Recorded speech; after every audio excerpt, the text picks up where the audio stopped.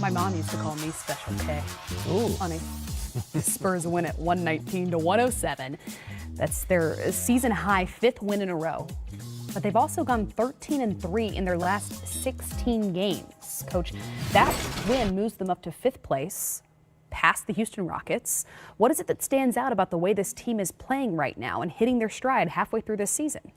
I like their ball movement on the offensive end, and they've incorporated 2 ISO players in Aldridge, who plays mostly on the box or the elbows, and DeRozan, who doesn't shoot threes, coming off of actions and then getting into his one-on-one game. But they've incorporated those 2 guys in how they play alongside of some good three-point shooters now. And they've changed their lineup a couple times. Pop's twisted some stuff around. Defensively, they seem a little bit more aggressive to me than they have been. I mean, they're getting up a little bit more. They're more confident in their schemes. So they're pushing up. Their help is there. And they play very, very good team defense. So if you beat one guy in the Spurs, the other guy's rotating over. You very seldom beat a guy on the Spurs and have a clean layup. They come over, they rotate, they shift, they scramble very well. But it's their ball movement. I like the fact that we talked about it earlier. They're shooting 5 percentage points higher as a team in this run, 13-3. You know, you're taking about 100 shots a game. You're making 5 more shots a game. Yeah, that's huge, exactly. And you're talking about some of those being threes too, because they stopped having a lot of the poorer shooters shooting a lot of threes. Their top guys are knocking down threes, but I like their body and ball movement and just how they're playing. They're hitting stride. They had a whole new team this year, a whole new look. It took a little while to find it, but again, I've said this a million different times. It's Pops is the gold standard in this league for coaching, and he'll find a way. You give him enough time, and he's around that team enough, he'll figure out.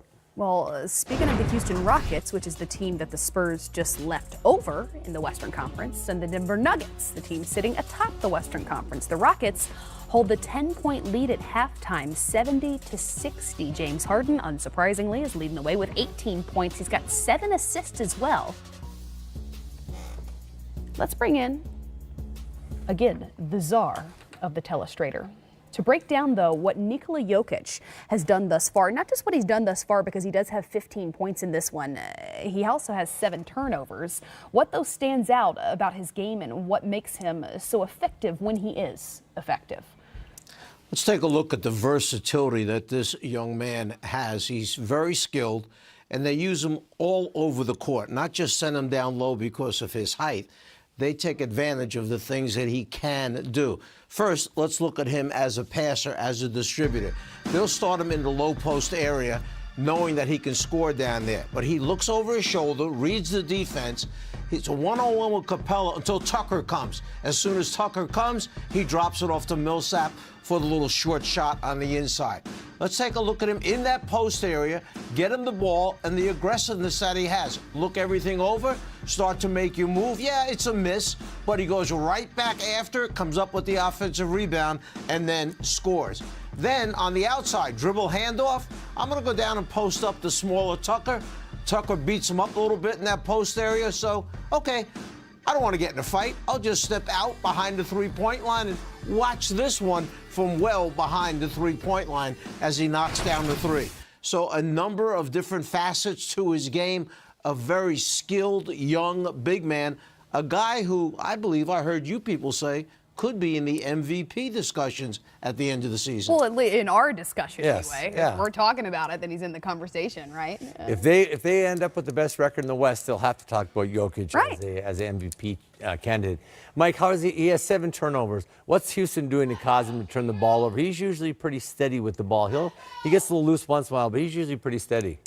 What we see them doing is they're waiting, and he puts it on the floor. 1 dribble, 2 dribbles, and then they come after him from the blind side, hoping that he'll either spin back into that oncoming defender, or the defender has gotten a hand in there 2 or 3 times, which has caused him to fumble it, lose control of the basketball. So they're trying to frustrate him after he puts it on the floor. When he catches and looks around, they stay at home. But once he starts to put it down, he's taking the contact from the body of Capella. And then, as you know, Tucker's very physical. When he comes after him or one of the other Houston defenders, they've caused him a little bit of concern. Mike, that's one of those guys when you work with the big guys. That's if you inside reverse pivot, the old Jack Sigma move, so you keep your face to the guy and you never get your back to the basket where they can come up from behind you. So as you rip and face up, everything's in front of you. You can see it. He's such a young player. He needs to incorporate that, because that's one of the things. When you start dribbling the ball and they start coming from the blind side and everybody's digging, you get some turnovers. But he'll make an adjustment. He's very smart and he's got great hands. I like that big fella. It always puts tremendous pressure on the defender when the offensive man turns and faces up, because now he becomes that triple threat. All right, thanks, Coach Fratello. We'll check back in with you about the Spurs and what's made them so effective in this stretch as we take a look at their first 25 games as opposed to their last 15. Well, for me, the biggest thing is the defensive rating is they've played so well. I'm always amazed when Pops can get a bunch of slow guys, Mike, to play deep. When your bigs are slow, it's hard to have really schemes that work, because they're always got to be in sag in positions where they're covering small amounts of the floor. But Pops finds a way to get those guys to play good defense. Every time I watch them play and they play good defense, I'm like, how does he get these guys to do that? But their defense has impressed me. And then they're shooting 5 percentage points better offensively. And in a game where you shoot 100 shots a game, you're making 5 more. I mean, they are taking better shots and taking and making better shots as a team. And he figured out the defensive blend and the offensive blend. Pop's doing a tremendous job. Give him credit. It's been a juggling act for him the entire season, because he had to decide, how do we want to play offensively now? We lose Danny Green, you lose Kawhi, you lose Slow-Mo, and you've lost some key pieces, okay, to their offense and to their defense, the experience part. He brings in some new guys. Wait a minute, I've got to figure out, how do I best use DeMar DeRozan? And DeRozan has to figure out what's a San Antonio style of play. Pau Gasol has played 10 games so far this season. Rudy Gay has played 35.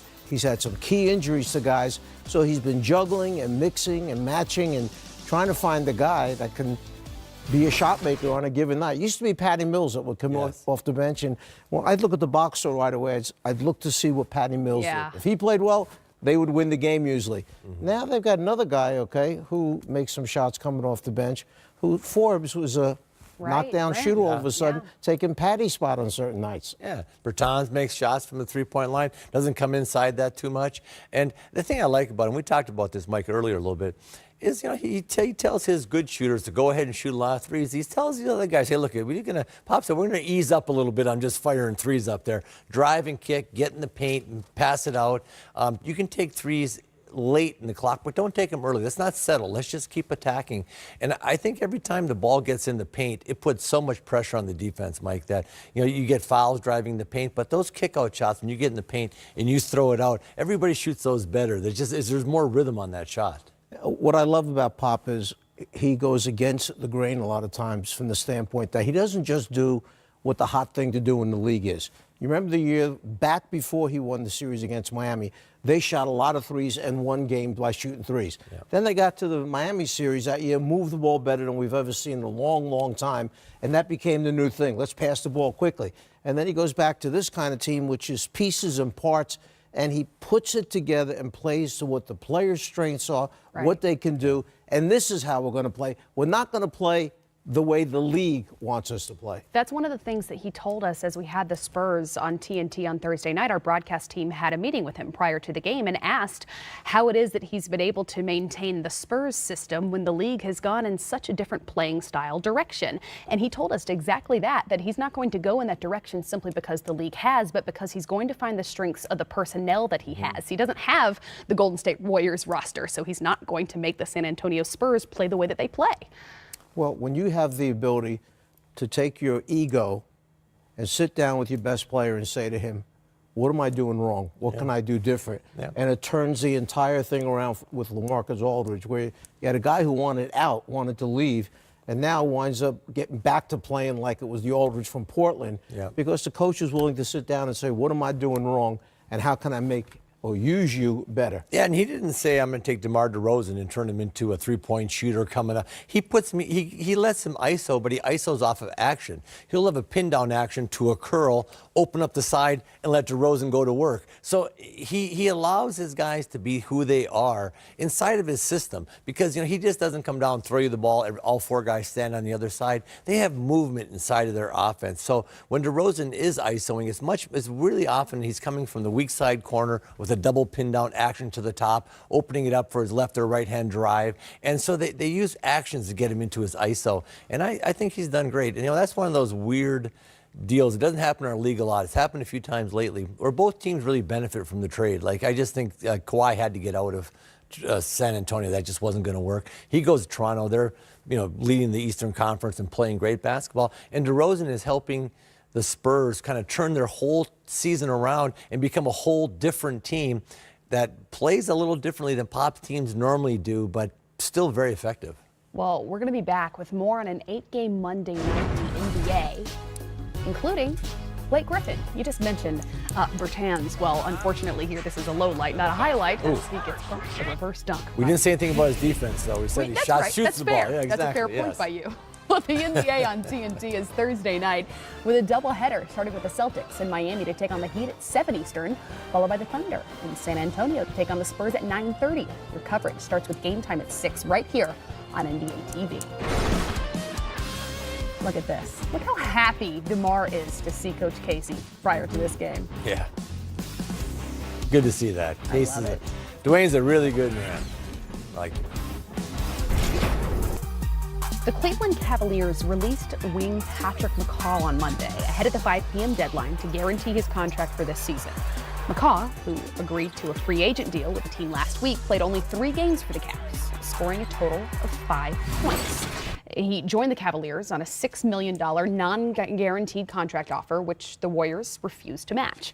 I want to ask you where he could end up as a free agent, where he could potentially fit well, but also want to ask about the situation at hand. Is it something that the league should be looking into? Is there a rule here that you think perhaps should be changed because of the loophole that's been found? Go ahead, Mike. You had an interesting take on this today when we talked. Just hearsay. But remember, if he did not sign with someone, he was still Golden State's property. Right. So he had to sign with another team. There weren't a lot of takers out there offering him money. So Cleveland, who could have been doing his agent a favor, signs him to a 2-year non-guaranteed contract. Now, the day before, legally they can do this, they waive him. Well, guess what? He's now a free agent.